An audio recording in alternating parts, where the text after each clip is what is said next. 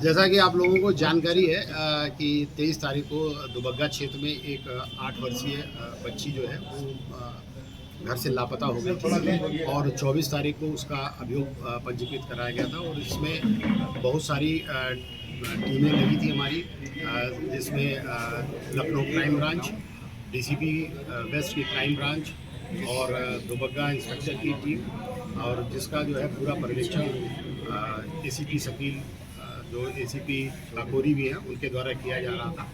और इन लोगों ने बहुत सारा प्रयास किया उस बच्ची को ढूंढने के लिए। ड्रोन कैमरे का सहारा लिया गया, घरों की तलाशी दी गई, मुखबिर मामूर किए गए। पुलिस ने जो है वो स्वयं अपना खुद भेष बदल के वो गांव में घूमी कि कोई बात जानकारी हो जाए, लेकिन इसमें सफलता नहीं मिली। आपको जानकारी होगी कि 1 तारीख को इस बच्ची का शव जो है सैदपुर थाने क्षेत्र में एक बड़ा नाला है उसमें तैरता हुआ मिला और उसकी जो है वो हत्या कर दी गई थी। उस शव को पंचायतनामा उसके बाद पोस्टमार्टम कराया गया। इसके उपरांत इस पूरे घटनाक्रम पर पुलिस ने फुल अपनी नज़र पैनी की और लगातार इसमें तमाम तरीके के सर्विलांस, वैज्ञानिक साक्ष्य और लोगों से पूछताछ, सीसीटीवी फुटेज, बहुत सारी बातों को समावेश करने के बाद इसमें पता ये चला कि इसमें एक संदिग्ध व्यक्ति जिसका नाम सोनू पंडित था, जो उसी के गांव का ही रहने वाला था, और उसको पूछताछ के लिए पुलिस 28 तारीख को लाई दी थी। और उसके पीछे कारण ये था कि उसके मोबाइल में एक मैसेज था जिसमें ये लिखा था कि मुझे ज़्यादा फ़ोन मत करो, मेरा फ़ोन सर्विलांस में लगा। और इस मैसेज को उसने डिलीट भी किया था, किंतु उसको मोबाइल की अधिक जानकारी न होने के कारण ये मैसेज जो है रिसाइकिल बिन में सेफ था।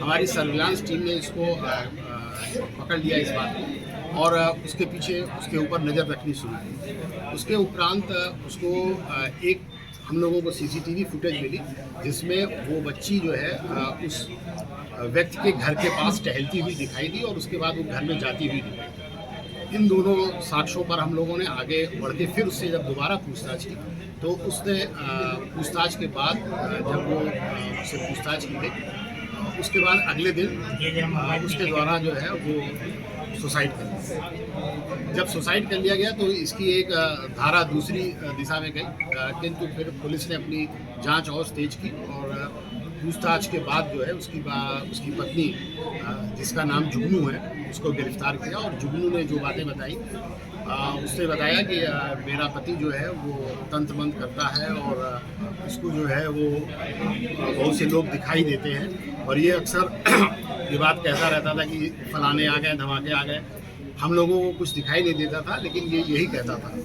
इसके अलावा उसने ये भी बताया कि 3 साल पहले एक बाबा के चक्कर में भी ये आया था और तभी से ये बातें वो करने लगा।